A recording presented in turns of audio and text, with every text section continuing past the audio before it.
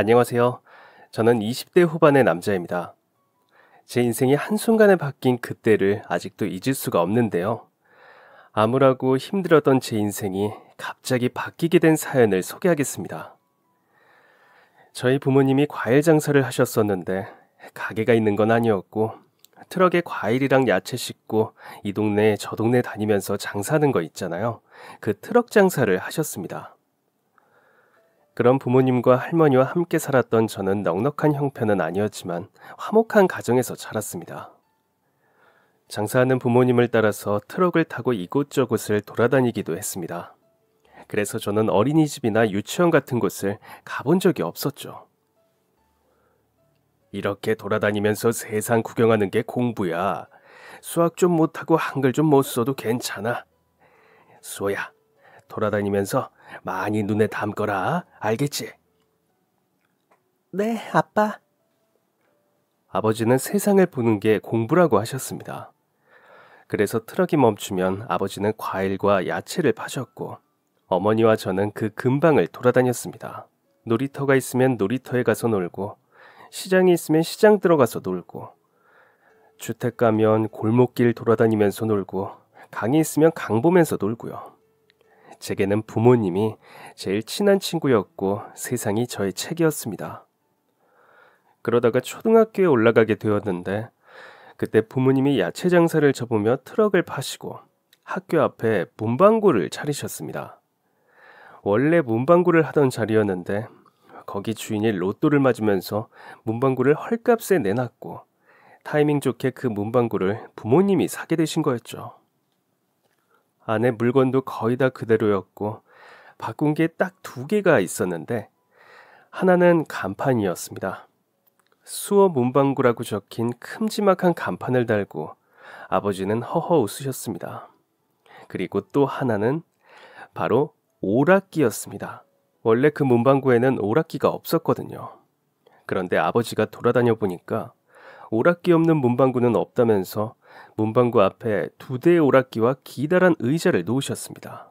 그리고 그때부터 저는 게임과 떼어낼래야 뗄 수가 없는 사이가 되었죠.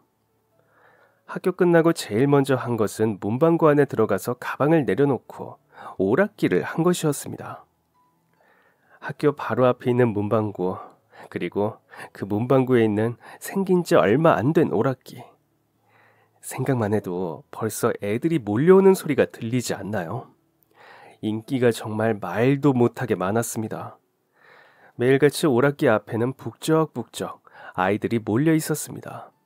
그리고 그 중엔 저도 있었고요. 저는 게임을 하는 것도 좋아했지만 보는 것도 좋아했습니다. 하도 봐서 누가 잘하고 누가 못하고 누가 자주 하는지 다 알 수 있었죠. 쬐끄만 저학년들이 기다리다가 6학년 형들이 와서 새치기 하면 어깨가 축 처져서 집에 돌아가는 애들도 있었습니다. 그런데 제가 또 그런 꼴은 못 보거든요. 아버지가 항상 하셨던 말이 정직하게 살고 불의의 상황을 보면 뛰어들라고 하셨습니다. 그 말에 충실했던 저는 6학년 형들이 새치기 하면 곧장 문방구 안에 들어가서 부모님한테 일렀습니다. 그럼 부모님이 나와서 형들을 홍군형을 내주었고 제일 뒤로 가서 줄을 서게 하셨죠. 그 때문에 6학년 형들이 저를 싫어했지만 저학년 친구들은 저를 암행어사라고 좋아했습니다. 그렇게 길게 줄을 서 있던 애들이 게임을 다 하고 모두 집으로 돌아가면 그때부터는 완전히 제 세상이었습니다. 부모님이 문방구를 운영하셔서 어찌나 좋았는지 모릅니다. 바로 그 오락기 때문에요. 돈 걱정도 없이 시간 걱정도 없이 오락기를 혼자 마음껏 누리는 그 기분을 아시나요? 와, 정말 짜릿한 지경이었습니다. 어찌나 재밌었는지 그렇게 게임과 사랑에 빠지고 말았죠. 그 다음부터 게임이란 게임은 다 해본 것 같습니다. 여러 게임을 찾아다녔고 잘하려고 고민하고 노력하게 되었죠.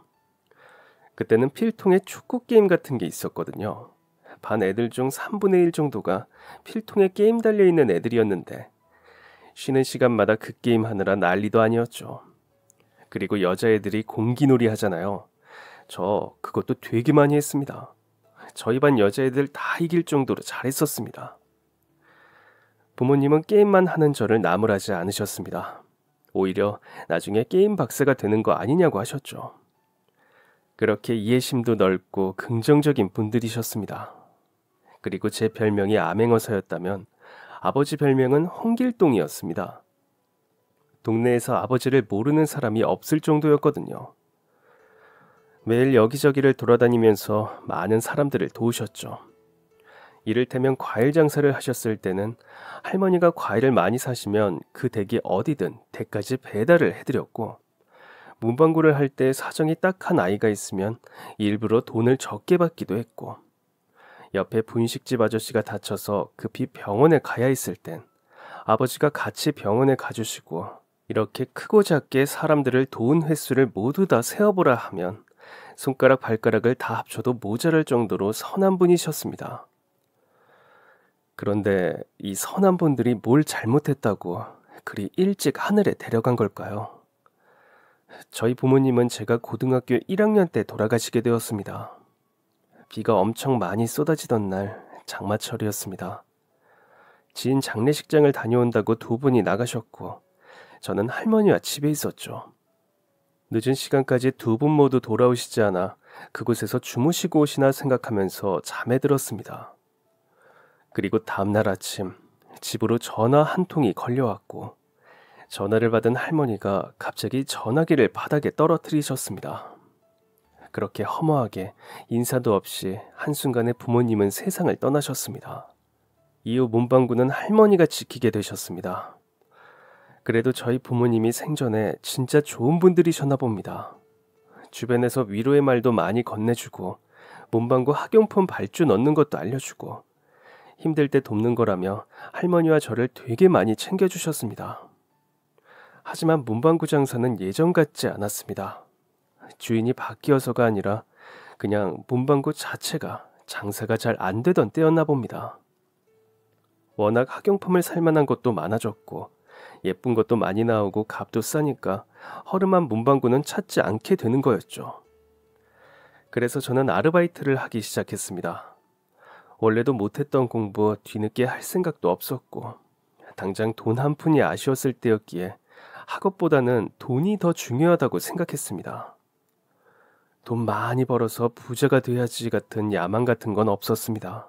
그저 부모님이 안 계시니까 내가 일해서 돈을 벌어야지, 우리 할머니 덜 고생시켜야지, 이런 마음뿐이었습니다.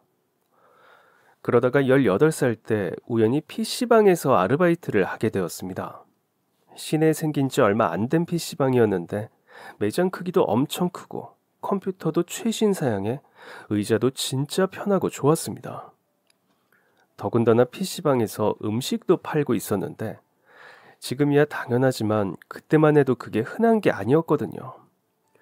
기껏 해봐야 컵라면에 과자 정도 팔던 때였는데 직접 조리해서 가져다주는 음식과 음료들을 팔았으니 엄청 신기한 곳이었죠. 일하는 사람도 저 혼자가 아니라 사장님까지 총 3이서 일을 했습니다. 그만큼 바쁘고 장사가 엄청 잘 되는 PC방이었습니다. PC방에서 일하면 사람들이 무슨 게임 하는지 다 알 수 있거든요. 일하면서 슬쩍슬쩍 게임하는 거 구경하는 재미도 쏠쏠했습니다. 저희 집에 컴퓨터가 있긴 했는데 되게 오래된 컴퓨터였습니다.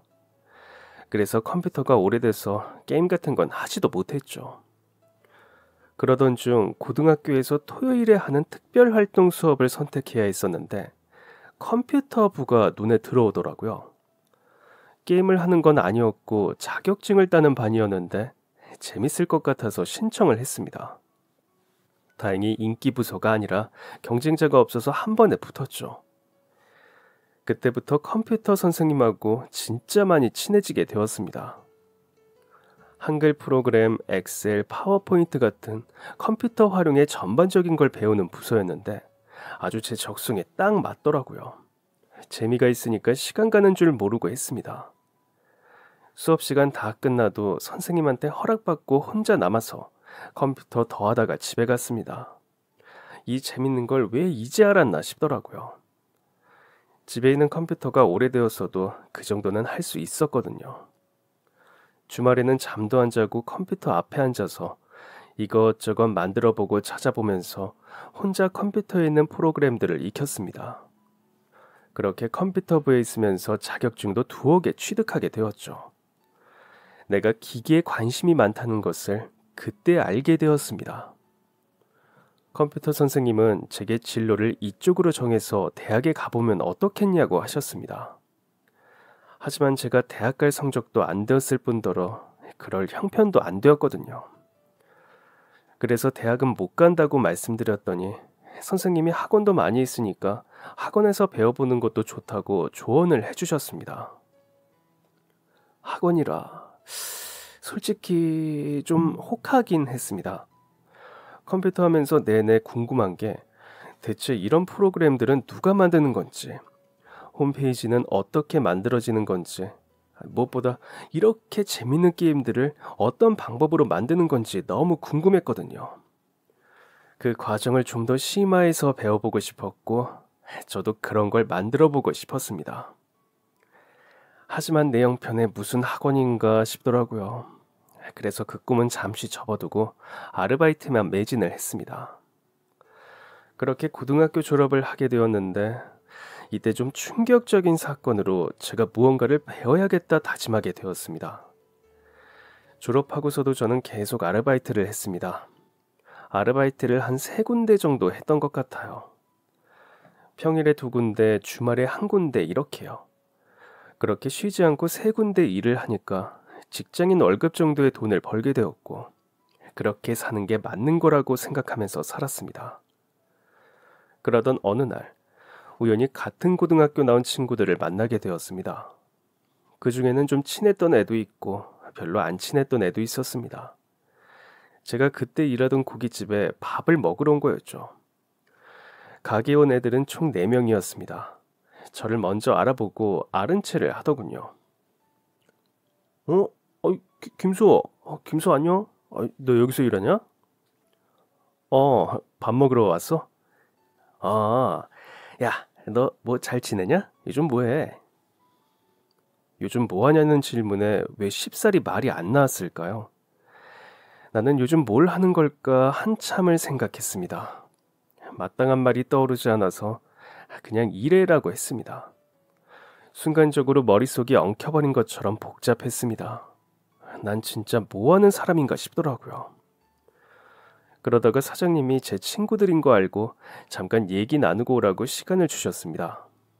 딱히 내키지 않았는데 애들하고 먹으라며 음료수도 서비스로 주시길래 잠깐만 앉았다가 일어나려고 슬쩍 앉았죠.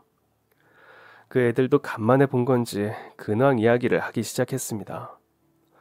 그런데 그때 저는 사람의 마음과 자존감이 이렇게까지 작아질 수 있구나라는 걸 알게 되었습니다. 한 친구는 대학에 들어갔다고 했습니다. 가기 싫었는데 부모님이 하도 가라고 해서 억지로 갔다면서 교수님이 수업을 너무 재미없게 한다면서 투덜거렸죠. 또 한 친구는 유학 갈 준비 중이라고 했습니다. 누나가 이미 유학 가서 공부를 하고 있다면서 누나랑 같이 살게 될 거라고 하더라고요. 또 한 명은 부모님이 운영하는 회사에 들어가게 되었다고 했습니다. 적성에 안 맞지만 할 줄 아는 게 없어서 부모님 회사라도 물려받아야 한다면서요. 마지막 한 친구도 대학에 들어갔다고 했습니다. 만화 같은 곳에서 보면 부끄럽거나 숨고 싶을 때 주인공이 막 개미만큼 작아지잖아요. 제가 딱 그 기분이었습니다. 그 애들 앞에서 제가 한없이 작아지는 걸 느꼈습니다.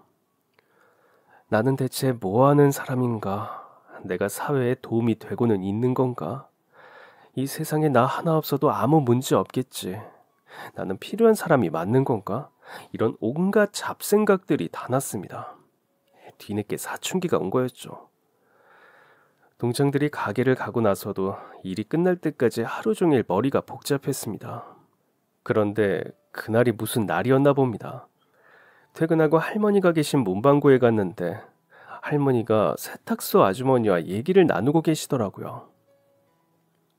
아유, 수호개는 어쩌라고 그런데요?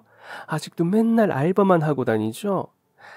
아니, 기술이라도 하나 배워야지. 나중에 뭐 먹고 살려고. 맨날 첫날 알바만 하면 뭐하냐고. 번듯한 직장에 들어가서 오래 일할 생각을 해야지.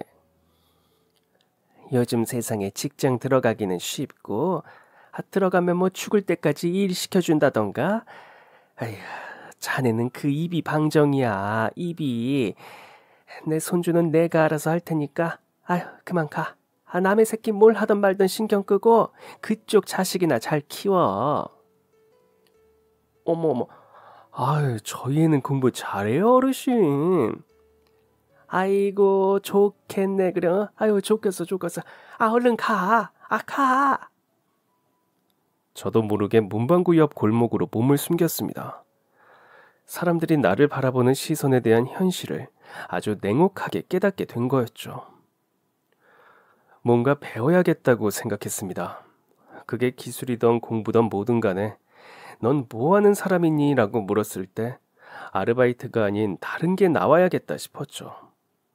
뒤늦게 저의 전공을 찾기로 한 거였습니다. 처음엔 뭐든 상관없을 거라 생각하고 무작정 기술을 배우기로 했습니다. 하고 있던 주말 아르바이트를 그만두고 집 근처 카센터에 취직을 했습니다. 20살의 패기로 뭐든 시켜만 주십시오 하고 들어갔죠. 그런데 정말 너무 힘들더라고요. 매연 냄새도 독하고 공구들 다루는 것도 어려웠습니다. 엄청 혼나면서 일을 배웠고 결국 한 달 만에 사장님이 나가라고 했죠. 관심도 없던 일을 시작하는 건 애초부터 무리였습니다. 그럼 뭘 해볼까 고민하다가 이번엔 식당 주방에 들어가서 일을 하기로 했습니다. 바로 요리를 배워보는 것이었죠. 저희 할머니 요리 솜씨가 엄청 좋으시거든요. 어머니도 요리를 잘하셨고요. 할머니와 어머니의 손맛을 물려받았으면 저도 잘할 수 있지 않을까 싶었습니다. 근데 하지만 제 손맛 진짜 엉망이더라고요. 그때 일했던 곳이 한정식 집이었는데 사장님이 햄을 하나 안 넣은 찌개에서 어떻게 비린맛이 이렇게 나냐며 저 같은 애는 처음 본다고 하셨습니다. 그렇게 또 2달 일하다가 주방에서 나오게 되었죠. 나는 진짜 뭘 해야 할까? 마음은 헛헛하고 머릿속은 복잡해서 정처 없이 걷고 또 걸었습니다. 그렇게 걷다가 낯선 동네까지 다다르게 되었죠. 그런데 딱 그때 제 눈에 들어온 간판 하나가 있었습니다. 컴퓨터 학원. 갑자기 머릿속에 주마등처럼 제가 컴퓨터와 게임을 좋아하던 시절들이 스쳐 지나가더라고요. 어릴 적 즐겨했던 오락기부터 PC방 알바, 고등학교 컴퓨터부 등등 컴퓨터를 하면서 밤을 지새웠던 그날들이 새록새록 떠올랐습니다. 그리곤 가슴이 두근두근 뛰기 시작했죠. 그래, 이왕 뭔가 해보는 거 좋아하는 걸 해보자.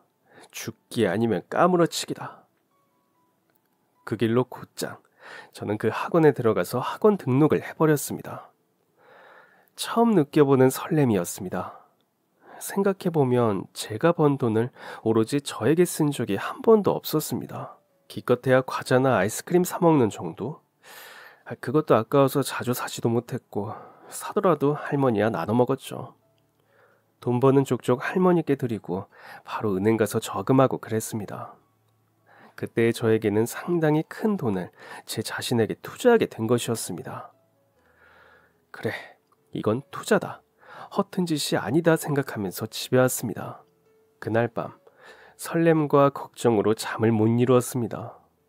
내가 무슨 짓을 저지른 건가 싶다가도 얼마나 재밌을까 기대되고 잘할 수 있을까 걱정되다가도 뭘 배울까 기대되고 학원 시간과 알바 시간은 어떻게 하면 좋을까 고민하고 얼마 벌고 얼마 쓰는지 계산하고 그러면서 밤을 보냈습니다.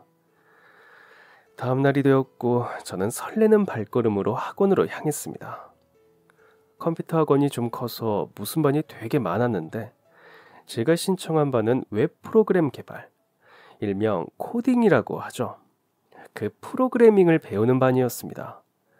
고등학생 때부터 제가 그런 쪽에 호기심이 많았잖아요. 드디어 그 호기심을 풀게 되는 순간이었죠. 첫 수업을 마치고 학원을 막 빠져나온 제 머릿속에 든 생각은 와, 진짜 최고다. 최고 재밌어. 황홀하다였습니다. 생각보다 훨씬 더 재밌더라고요. 제 몸에 있던 세포들이 하나하나 깨어나는 기분 아세요? 와, 진짜 황홀하다는 말로밖에는 표현이 안 되는 기쁨이었습니다. 좋아하는 것을 배운다는 건 이런 거라는 걸 알게 되었고 더 많이, 더 깊이 배우고 싶었죠. 컴퓨터 학원은 제 삶의 원동력이 되었습니다. 알바다가 힘든 순간에도 컴퓨터 학원만 생각하면 힘이 솟을 정도였습니다. 그리고 알아보니까 나라에서 학원비를 좀 지원해 주기도 하더라고요. 그 덕에 보다 저렴한 가격으로 학원을 다니기도 했습니다.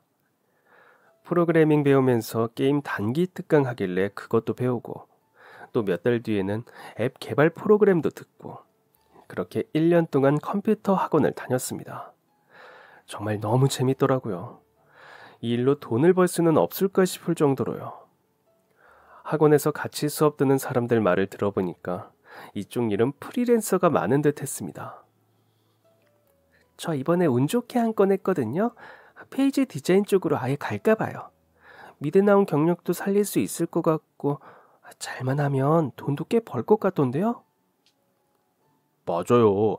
요즘 웹디자인 프리랜서로 집에서 일하는 분들 많잖아요. 저는 아는 형 밑에서 재택으로 퍼블리셔로 일하기로 시작했어요. 이번 달까지만 학원 다니려고요. 일이 너무 많아서요. 저는 게임 공부 더 하다가 앱 쪽 회사 들어가려고 생각 중이에요. 학원 사람들 덕에 컴퓨터라는 네모난 박스 안의 세계가 내가 생각한 것보다 훨씬 넓다는 것을 알게 되었습니다.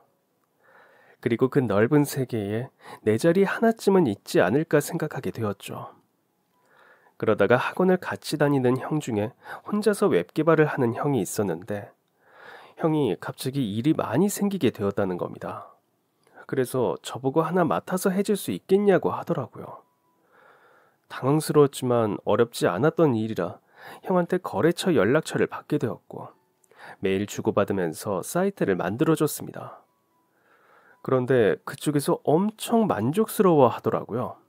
너무 고맙다면서 작업 회의를 보내줬는데 그게 제가 이 컴퓨터로 처음 돈을 벌었던 순간이었습니다.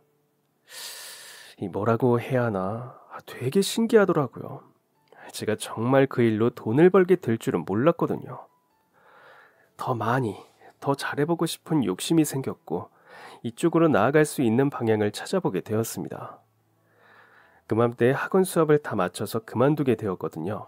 그만두기 전에 부랴부랴 선생님들하고 학원 사람들한테 이것저것 물어보면서 제가 일할 수 있는 길을 찾았습니다. 제가 학력도 고졸이고 경력이 있는 것도 아니니까 취직은 못하더라도 프리랜서로 혼자 일을 할 수는 있잖아요. 그렇게 도움받아서 알려준 사이트들 찾아보니까 생각보다 많은 사람들이 웹 개발과 디자인을 요구하고 있었습니다. 중고로 컴퓨터 하나 사서 집에서 혼자 포트폴리오 만들고 그동안 학원에서 했던 거 모아서 여기저기 올려봤습니다. 그러면서 운 좋게 하나둘 의뢰가 들어왔고 일주일에 한 건 정도 맡아서 일을 할 수 있게 되었습니다.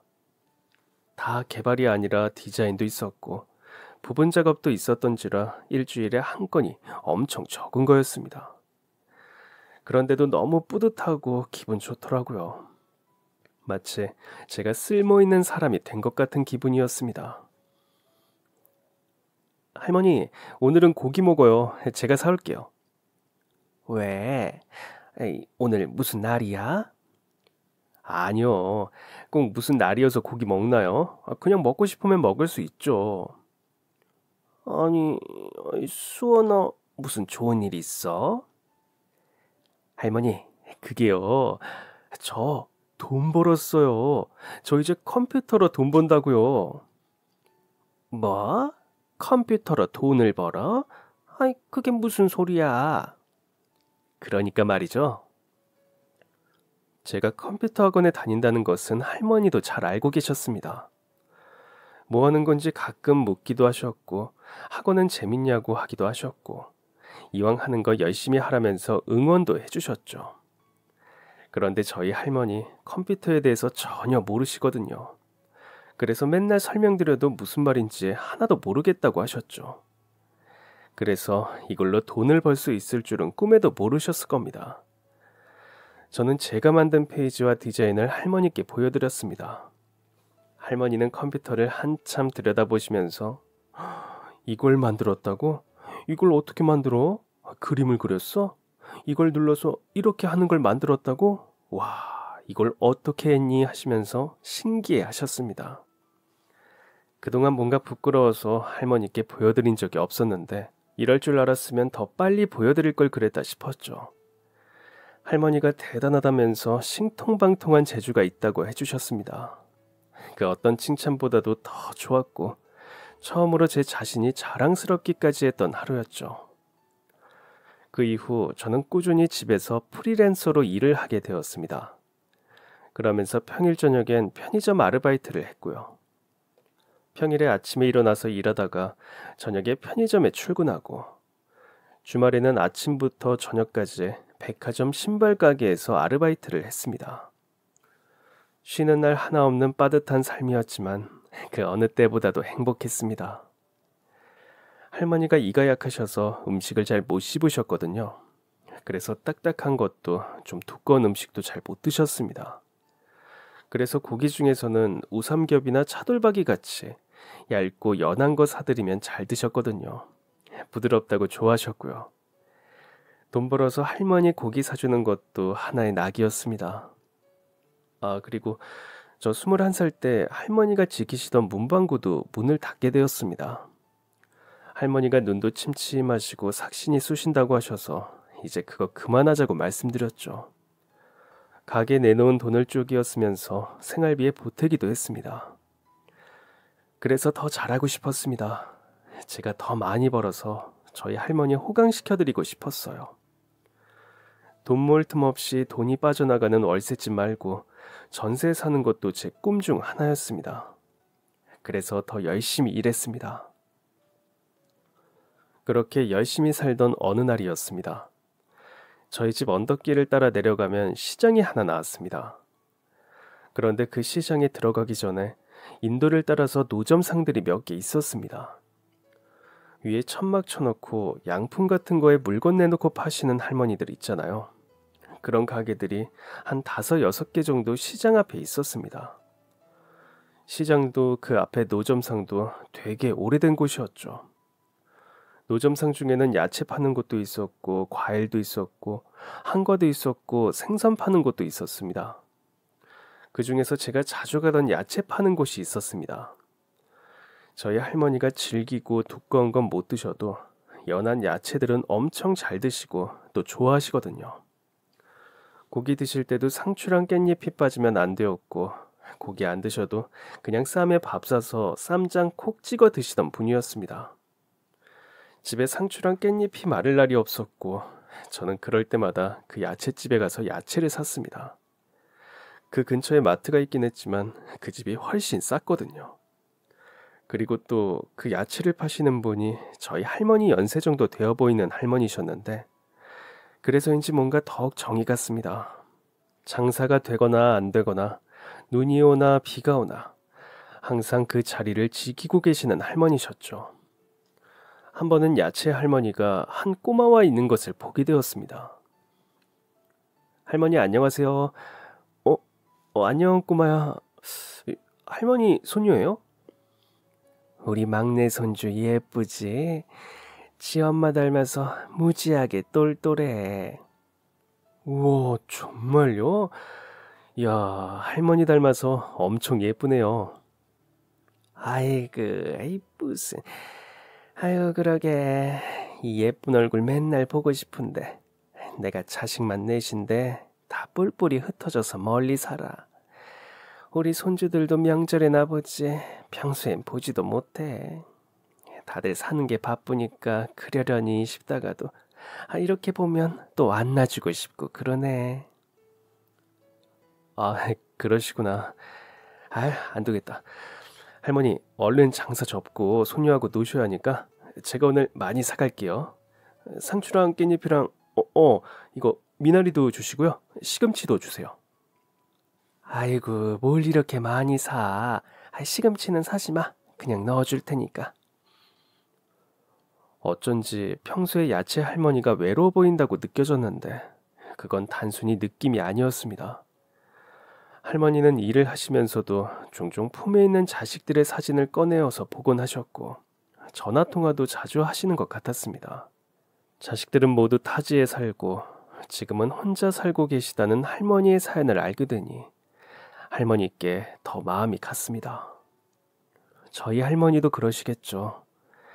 하나뿐인 자식과 사이를 잃고 사는 삶이 행복하지만은 않으셨을 겁니다. 이렇게 야채 할머니와 정겹게 지내던 어느 날이었습니다. 백화점 아르바이트를 끝내고 집에 사두었던 고기를 마저 구워 먹으려고 쌈을 사러 야채 할머니에게 갔습니다. 저 멀리 야채 할머니가 계시는 곳이 보이는데 그 앞에 어떤 남자 3명이 서 있더라고요. 오늘 야채 장사가 잘 되는구나 하면서 걸어가는데 갑자기 남자 중 한 명이 할머니가 파시는 야채를 발로 뻥 차는 겁니다. 깜짝 놀랐습니다. 무슨 상황인가 싶더라고요. 그쪽으로 계속해서 걸어가는데 곧이어 큰 소리도 들려왔습니다. 그러니까 여기서 왜 이러고 있냐고. 아이고 이걸 어째. 아유 이거 아까워서 어째. 아 진짜 구질구질하게. 이 깎고 뭐 얼마나 아깝다고 난리야. 걸리적거리니까 좀 치우라고. 그러더니 남자가 이번엔 옆에 있던 다른 야채를 발로 뻥 찼습니다. 가슴 높이만큼 야채들이 날아올랐고 그 때문에 다른 야채들까지도 엉망이 되어버렸습니다. 할머니가 하지 말라며 남자를 말리자 갑자기 그 남자가 할머니를 향해 높이 손을 치켜들었습니다. 저놈들이 야 이 자식들아! 도저히 참을 수가 없어서 그쪽으로 냅다 달려갔습니다. 그 사람들이 누구건 야채 할머니가 위험한 상황이었기에 무조건 말려야겠다 싶었습니다. 무대뽀로 달려들긴 했다만 사실 저 싸움 진짜 못하거든요. 한 번도 싸워본 적도 없고 체력도 별로고 누구 한 대 때려본 적도 없는 사람입니다. 속으로는 엄청 무서웠지만 일단 그 자식들 앞에 우뚝 섰죠. 가까이서 보니까 저보다 덩치도 좀 크고 막 팔에 문신도 있는 게 동네 양아치인 것 같았습니다. 게다가 술 냄새도 엄청 나더라고요. 그 자식들이 저를 위아래로 훑어보더니 피식 웃었습니다. 넌 뭔데? 알면 어쩔 건데? 뭐? 아유 진짜 한 주먹거리도 안 되는 게. 그 양아치가 제 어깨를 밀쳤고 그 바람에 저는 엉덩방아를 찧으면서 넘어졌습니다. 그 양아치 놈들은 할머니의 남은 야채들까지도 엉망으로 만들었습니다. 발로 차고 손으로 치면서 하나도 남김없이 엉망진창으로 만들고 말았습니다. 그제서야 속이 풀렸는지 그 자식들은 낄낄 웃으면서 자리를 떠났습니다. 아이고 이를 어째. 총각 괜찮아? 아유 이게 무슨 일이야. 아유. 저는 괜찮아요 할머니. 그것보다 이 야채들 어떡해요. 제 말에 할머니는 주위를 둘러보셨습니다. 할머니는 울먹이시면서 아스팔트에 떨어진 야채들을 주워 담으셨습니다. 아이고야. 이거 아까워서 어째. 다 못 팔게 해버렸네. 아휴. 할머니는 연신 눈물을 훔치면서 바구니에 야채들을 주섬주섬 담으셨습니다. 그 뒷모습이 너무 가슴 아프더라고요. 가만히 지켜볼 수가 없었습니다. 제가 비록 야채들이 엉망이 되는 것을 막을 수는 없었지만 어떻게든 조금이라도 도움을 드리고 싶었습니다. 저는 할머니가 주워 담은 야채들을 검은 봉다리에 모두 담았습니다. 바닥에 떨어진 다른 야채들도 모두 주워서 봉다리에 담았습니다. 주머니를 뒤적여 보니까 10,000원짜리 2장이 나왔습니다. 일주일 정도 남은 날 동안 써야 하는 생활비였습니다. 하지만 저는 10,000원짜리를 쫙쫙 펼쳐서 할머니께 내밀었습니다. 할머니, 이거 제가 다 살게요. 뭐? 아휴, 이거 못 먹어. 못 먹는 거야. 이걸 뭘 산다고? 아유, 됐어. 일이네. 에이, 뭘 못 먹어요. 씻으면 먹을 수 있겠는데요. 저 야채 사러 온 거예요. 얼른 받으세요. 저는 할머니 손에 억지로 돈을 쥐어드렸습니다. 그때였습니다. 저기, 한 남자가 부르는 소리에 뒤를 돌아봤습니다. 양복 차림을 한 중년의 남자가 서 있었습니다. 처음 보는 사람이었고 할머니도 처음 보는 듯 했습니다. 네? 저요? 네, 우연히 상황을 지켜보게 되어서요. 네. 다치신 것 같은데 몸은 괜찮으세요? 네, 괜찮습니다. 안 다쳤어요. 다행이네요. 저 위에서 우연히 봤는데 내려가야 하나 고민하다가 그때 청년이 오더라고요. 그래서 저도 곧바로 내려왔는데 그 나쁜 놈들 금세 가버렸네요. 진짜 멋있었어요. 요즘 보기 드문 청년이네요.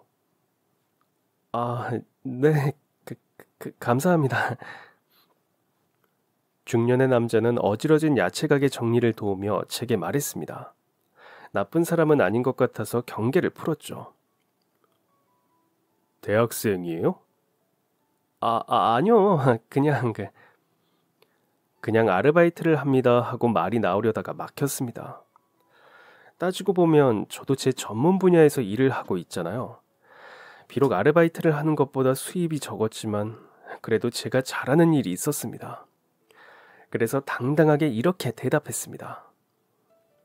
프리랜서예요. 웹 개발하는. 오, 정말요? 이거 우연이네요. 네? 뭐가요? 전 앱 개발자예요. 최근에 작게 회사를 차렸는데, 잠시만요. 남자가 명함 한 장을 제게 줬습니다. 그리곤 이렇게 말했죠. 안 그래도 사람이 좀 필요했는데 저랑 얘기 나눠보면 좋겠네요. 시간 될 때 연락 주세요. 그렇게 말하고 남자는 떠났습니다.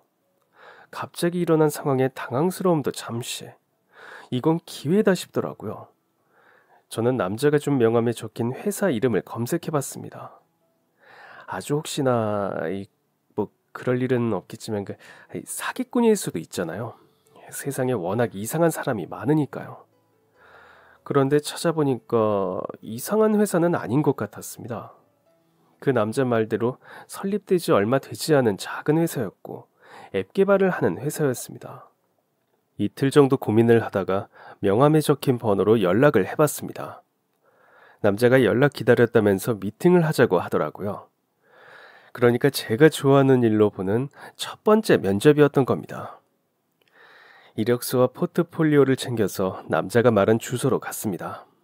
깔끔한 사무실에 남자와 직원 셋이 있었습니다. 연락 줘서 고마워요. 다음날까지만 해도 연락이 없어서 연락 안 주려나 했거든요. 저야말로 감사합니다. 이렇게 좋은 기회 주셔서. 제가 이쪽 일에 꽤 오래 몸을 담궈봤는데 저는 학력 자격증 이런 거 안 봐요. 인간성 좋은 사람이 일도 잘하고 결국 성공하더라고요. 그런 면에서 그날 수호 씨에게 아주 긍정적인 부분을 보았습니다. 이 포트폴리오도 아주 좋고 꼼꼼한 사람인 것 같아서 믿음이 생기네요. 어때요? 저랑 같이 일해 보실래요? 그날 갑자기 그런 반응이 나올 줄은 상상도 못해서 입을 틀어막았습니다. 너무너무 좋더라고요. 쿰쿰하고 그늘만 졌던 제 세상에 한 줄기 빛이 내려오는 듯 했습니다. 정말요? 제가 할 수 있는 일이 있을까요? 진짜요? 일하신 거 보니까 앱 쪽 지식도 많은 것 같은데 그 정도면 충분합니다. 함께 한다면 저희가 영광이죠. 영광이라니 무슨 그런 말씀을. 제가 영광입니다. 잘하겠습니다. 진짜 잘할게요. 그 남자는 그러니까 회사 대표님이 저와 악수를 하면서 웃으셨습니다. 그 다음 달부터 저는 직장인이 되었습니다. 제가 좋아하는 일로 돈을 버는 그런 직장인이요. 회사는 작았지만 충분히 가능성이 있어 보였습니다. 다들 진짜 진심으로 일을 했거든요. 그렇게 노력하고 그렇게 열과 성을 다하는데 잘 되지 않는다면 이상한 거였습니다. 대표님이 정말 사람 인성 보고 뽑는지 같이 일하는 직원분들 성격이 다 좋았습니다. 다른 사람들에 비해서 제가 많이 어렸거든요. 그때 제 바로 위가 29살이었으니까요. 저는 완전 병아리였죠. 그런데도 얕잡아 보는 거 하나도 없고 저를 존중해 줬습니다. 서로 모르는 것도 물어보고 배우면서 그렇게 일을 할 수 있었죠. 같이 일하는 사람이 좋다 보니까 저희 회사에 그만두는 사람도 거의 없었습니다. 제가 지금까지 일하면서 그만둔 사람은 딱 한 명 봤네요. 근데 그분도 결혼하고 타지로 가면서 어쩔 수 없이 그만두게 된 거였고요. 그리고 대표님이 직원들 편의를 많이 봐주기도 하셨습니다. 집과 회사를 오가면서 일을 할 수도 있었고 출퇴근 시간도 비교적 자유로웠고 복지도 좋았습니다. 월급이랑 상여금도 잘 챙겨주려고 노력하셨습니다. 매년 연봉 인상되는 회사였으면 말 다 한 거죠. 요즘 세상에 어디 그런 회사가 흔한가요? 대표님이 항상 하시는 말씀이 직원이 행복해야 회사가 잘 돌아가는 거라고, 대표님이 직원들 눈치 봐야 잘 되는 회사라고 하셨습니다. 그렇게 챙겨주신 덕에 저와 할머니 형편도 많이 좋아졌습니다. 한 달에 겨우 한두 번 할머니 고기 사드렸었는데 일주일에 한 번씩 사드릴 수 있을 정도로 형편이 나아졌습니다. 할머니가 계속 치아가 안 좋으셨는데 할머니 모시고 치과 가보니까 임플란트 하셔야 한다고 하더라고요. 어마어마한 비용 때문에 어떻게 해야 하나 고민이 많았는데 일 시작하고 곧바로 할머니 모시고 치과 가서 임플란트 3개 해드렸습니다. 진작 해드렸어야 하는 건데 할머니가 고맙다고 하시더라고요. 그러다가 일한 지 1년 되었을 땐 건강검진 전문병원에 가서 건강검진도 해드렸습니다. 할머니가 병원 진짜 안 가시거든요. 건강검진도 나라에서 받으라고 할 때 그런 거 안 받아도 잘 산다고 병원 문턱도 안 밟으시는 분이었습니다. 그래서 건강검진 받을 때도 정말 억지로 할머니 모시고 갔죠. 종합으로 내시경까지 다 했는데 그때 다행히 용종도 발견해서 제거하고 편두 쪽에 혹 있는 거 추적 검사해야 한다고 해서 그것도 알게 되었습니다. 이렇게 복지도 좋고 직원들을 진심으로 존중해주는 대표님이 계시니까 직원들도 더 열심히 일을 했습니다. 그 결과 정말 어마어마한 일이 일어나고 말았습니다. 제가 그 회사에서 일한 지 4년이 지났을 때였습니다. 정말 딱 4년 만에 제가 진짜 공들여서 만들었던 앱이 대박이 나게 되었고 무려 자그마치 20억이라는 돈을 벌게 되었습니다.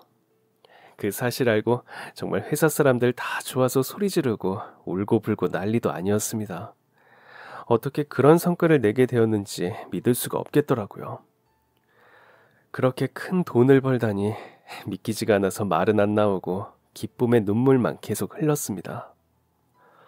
20억이라는 어마어마한 돈, 그 돈이 오로지 제 손에 들어왔던 그날을 아직도 잊지를 못합니다. 살면서 그렇게 큰 돈을 번 것은 처음이었습니다. 왜 사람들 막 그런 상상하잖아요. 복권 당첨되면 뭐 할까? 외국 나가서 살아야 하나? 별장을 살까? 스포츠카를 살까? 아니면 세계 일주를 할까? 이렇게요. 그런데 제가 그 돈으로 뭘 했냐면요. 집을 샀습니다.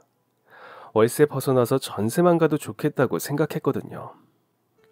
집주인 눈치 보는 것도 싫었고 게다가 좋은 집도 아니고 좁고 허름한 집의 월세였으니까 조금만 더 집다운 집에서 살고 싶었습니다. 그렇게 큰 돈 생기니까 다른 건 생각도 안 나고 집 사야겠다는 생각만 났습니다. 그래서 저는 집을 2채를 사게 되었습니다. 하나는 제 명의, 하나는 할머니 명의로 말이죠. 거주는 제 명의의 집에서 하게 되었고 할머니 명의의 집은 세를 주기로 했습니다. 집 계약서를 보고 또 봤습니다. 정말 꿈을 꾸는 것 같았거든요. 너무 행복했고 내 집이 있다는 마음의 안정감은 대단했습니다.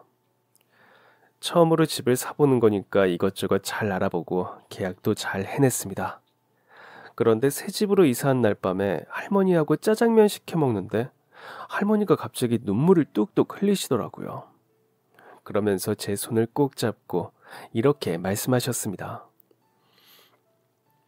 우리 수호, 할머니가 해준 것도 없는데 이렇게 잘 자라줘서 너무 고맙다. 내가 네 덕에 주름질 날이 없이 웃다가 가. 할머니 호강시켜줘서 고맙다 수호야. 그저 아파트로 이사한 것뿐인데 호강이라니.